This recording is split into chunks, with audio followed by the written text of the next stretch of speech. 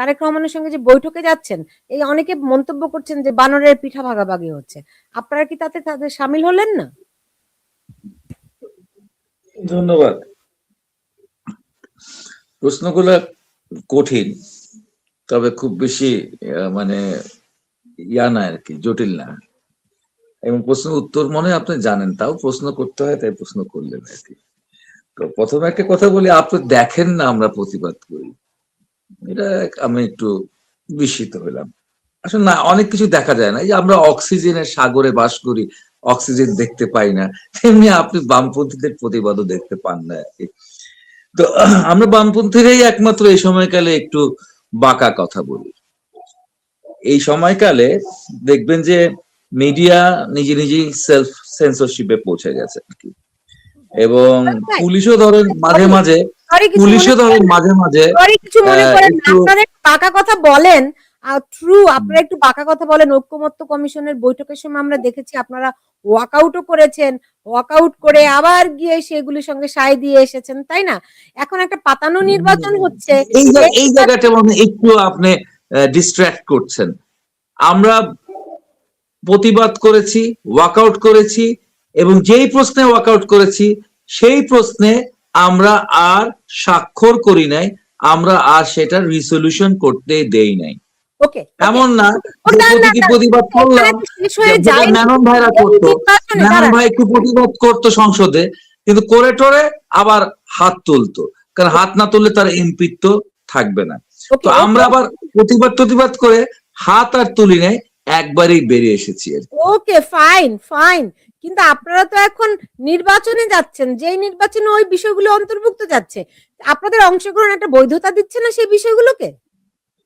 দেখুন, এই নির্বাচনে যদি আপনি ভোট দিতে না যান, আপনি যদি না ভোট না দেন, তাহলে আপনি হা ভোট দিচ্ছেন। আপনি যদি নির্বাচনে না যান, তাহলে আপনি তাদেরকে ব্ল্যাঙ্ক চেক দিচ্ছেন যে বাংলাদেশের সংবিধানকে ছিঁড়ে কেটে মুক্তিযুদ্ধকে বঙ্গোপসাগরে তারা ফেলে দেবে। এবং এই জায়গায় আপনারা হাত পা গুটিয়ে বসে থাকলেন, ঘরের মধ্যে লকডাউন করে থাকেন, লকডাউন কর্মসূচি পালন করেন, ঘরের মধ্যে বসে বসে সিনেমা দেখেন, আর ওদিকে তারা 30% ভোট পায়, যদি না ভোট পায়, আর তার বদলে যদি না ভোট যদি 0% হয়, আর যদি তারা 10%ও হ্যাঁ ভোট পায়, তো তারা বিধি মোতাবেক তারা গিয়ে বাংলাদেশের সংবিধানকে কাটাছাড়া করতে পারবে। ফলে অবশ্যই এই জায়গায় বিনা চ্যালেঞ্জে তাদেরকে ছেড়ে দিতে পারা যাবে না। বাংলাদেশের প্রয়োজন ছিল একটি অন্তর্ভুক্তিমূলক নির্বাচনের, বাংলাদেশে একটা ইনক্লুসিভ নির্বাচনের প্রয়োজন ছিল। নির্বাচনের মধ্য দিয়ে জনগণ ফয়সালা করত যে বাংলাদেশের আগামী দিনে বাংলাদেশের গণতন্ত্রটা কেমন হবে এবং বাংলাদেশের শাসন কারা করবে, এটা নিশ্চয়ই। কিন্তু সেই জায়গায় এই মুহূর্তে এই গণ আন্দোলনের যে স্টেক হোল্ডার, তাদের অধিকাংশের যে শক্তিশালী অবস্থান, এবং একই সাথে যে হত্যাকাণ্ড গুলো হয়েছে, যে অনাচার গুলো হয়েছে, তার যে বিষয়গুলোকে নিয়ে এখানে এক ধরনের আবেগ রয়েছে, সেই আবেগের কারণে এই মুহূর্তে যে বিষয়টা হয়েছে, যার পরে এই বিষয়টা কিন্তু বিচারিক পদ্ধতিতে হয়নি, নির্বাহী পদ্ধতিতে, নির্বাহী আদেশের মাধ্যমে আওয়ামী লীগের কার্যক্রমকে স্থগিত করা হয়েছে।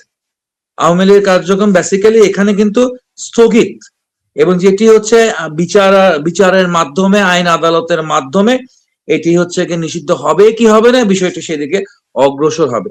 এমন একটা পরিস্থিতির মধ্য দিয়ে আমার মনে হয় যে যার সকল রাজনৈতিক শক্তি, তা সে কেনই নির্বাচনে অংশগ্রহণ করব না, আমরা নির্বাচনে অংশগ্রহণ করব। এবং এবং কেউ যদি অংশগ্রহণ করবার অধিকার না পায়, তার এখন আন্দোলন করা দরকার যে আসছে নির্বাচনে আমাকে অংশগ্রহণ করতে দিতে হবে, এটা আমার গণতান্ত্রিক অধিকার। সেইভাবে করে বিষয়টা, কিন্তু এই জায়গাটাই আপনি যদি এখন বাসায় বসে থাকেন রাগ করে, হ্যাঁ, এবং বাসায় বসে লকডাউন কর্মসূচি পালন করেন, তাতে আপনি ক্লিন চেক, ব্ল্যাঙ্ক চেক দিয়ে দিবেন স্বাধীনতা বিরোধীদেরকে। এটা একটা গুরুত্বপূর্ণ বিষয়। আর একটি কথা আপনাকে একটা ভুল সংশোধন করে দিতে, আমাদের বামপন্থীদের অনেক রকম ধারা আছে, যেমন মেনন ভাই, ইনু ভাইরা যেমন, তেমনি আবার আরেকটি ধারা আছে, সেখানে সাইফুল হক, জুনায়েদ সাকি আছে। এদের জন্য বিএনপি আসন ছেড়ে দিচ্ছে। এই তথাকথিত বামদের জন্য, না, সাকিব তো বিএনপি নিজেকে বামপন্থী বলে তথাকথিত না। এই বামদের জন্য সাকিব বিএনপি তো নিজেকে আসন বামপন্থী বলে সমঝোতা না, করে তাহলে করেন ঢাকা শহরের বামপন্থী। আসন ছেড়ে দিছে, ব্রাহ্মণবাড়ি আসন ছেড়ে দিছে। তাদের সাথে দয়া করে কমিউনিস্ট পার্টি, বাসদ এবং এই বাম গণতান্ত্রিক জোট আমাদেরকে মিলাবেন না। জি আমাদের লড়াইটা আর তাদের লড়াইটা একেবারে ডিফারেন্ট।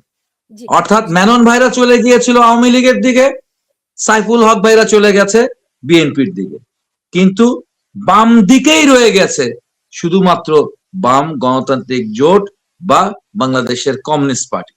ফলে আমরা মেনন ভাই, ইনু ভাইয়েরও লাইবিলিটিস নেব না, আমরা সাকি সাইফুল হকদেরও লাইবিলিটিস নেব না।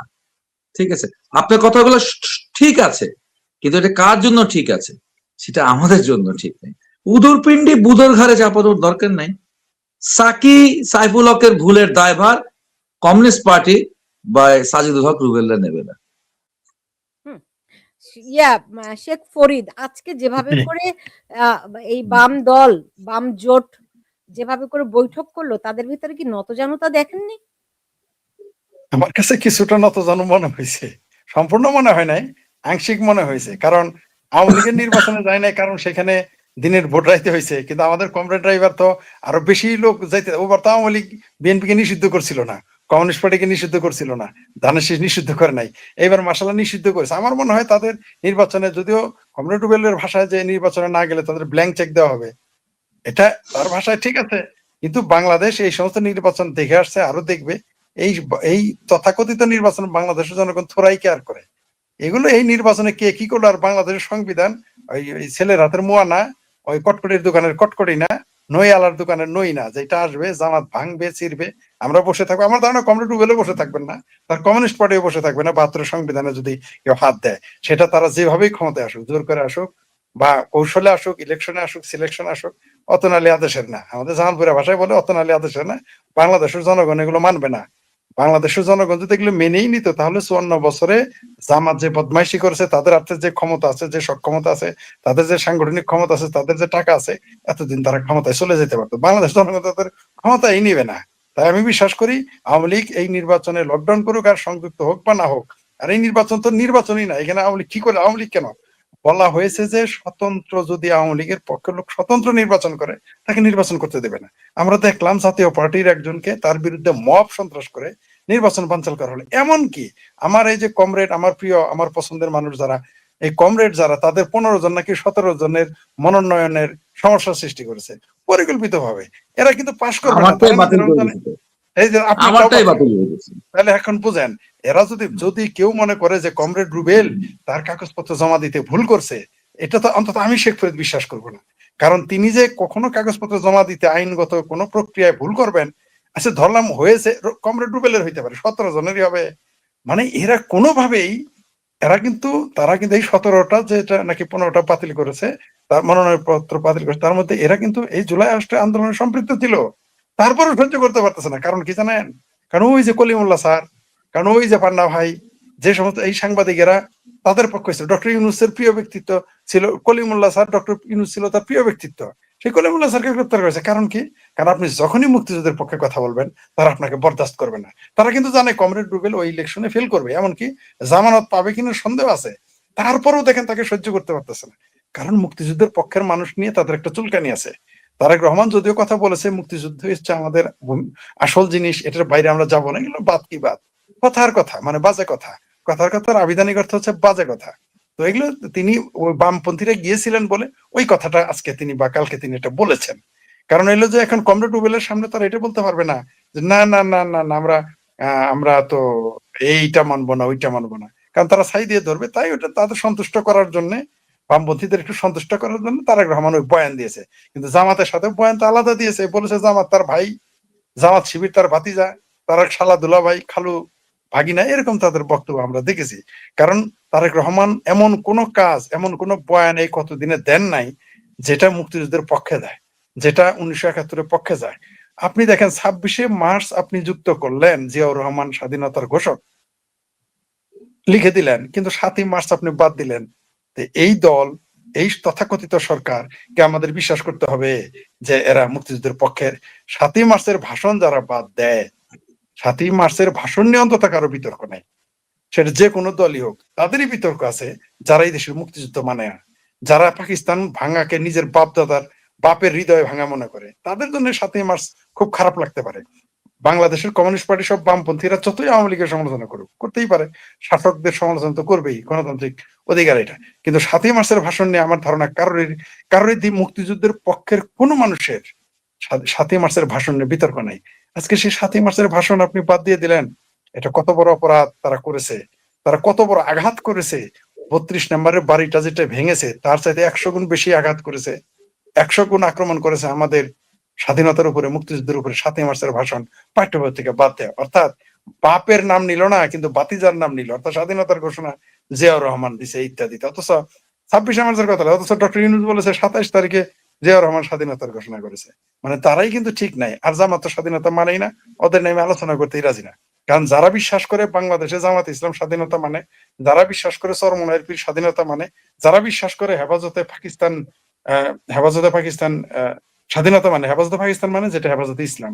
কারণ স্বাধীনতা তারা যদি লেখে হেফাজতে পাকিস্তান, তাহলে তো ধরে ধরে নিয়ে বঙ্গোপসাগরে পাবলিক ফেলে দিবে, যমুনা নদীতে চুয়াবে, বুড়িগঙ্গায় চুয়াবে, মেঘনাতে ফেলে দিবে, পদ্মায় ফেলে দিবে। তাই ভয় তারা হেফাজতে ইসলাম লেখে। কারণ ইসলাম লিখলে একটা সুবিধা আছে, যে নামের সাথে শুধু জহুরুল ইসলাম যদি লেখেন আর পানিতে পড়েন, আপনি যদি বলেন জহুরুল ইসলাম মরলো, কেউ আসবে না, বলবেন ইসলাম ডুবলো, সবাই চলে আসবে। এটা কমিউনিস্ট পার্টির নেতাদের মুখের কাছে এই গল্প শোনা। তো এরা এই জন্য হেফাজত ইসলাম নেই। এদেরকে যারা স্বাধীনতার দল মনে করে, আমি তাদের সাথে একমত না, এবং এদের সাথে কোনো ঐক্য হতে পারে না, এদের সাথে কোনো প্রকার সমঝোতা হতে পারে না। তারেক রহমান সেটা করেছেন। ক্ষেত্র বিশেষ আওয়ামী লীগ এই ভুলগুলো করেছেন। আওয়ামী লীগ তার খেসারত দিয়েছে, বিএনপিকেও এর খেসারত দিতে হবে। সমস্যা হচ্ছে এটা দুইটাই বড় রাজনৈতিক দল।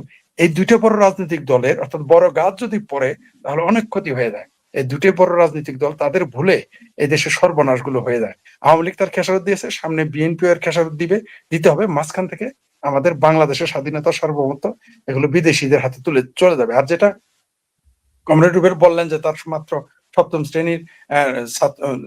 শ্রেণীতে পড়া সন্তান, যেটা বলছে বাংলাদেশে তেল গ্যাস নাই, ক্ষেত্র বিশেষ তেল গ্যাস ছাড়াও দখল করে।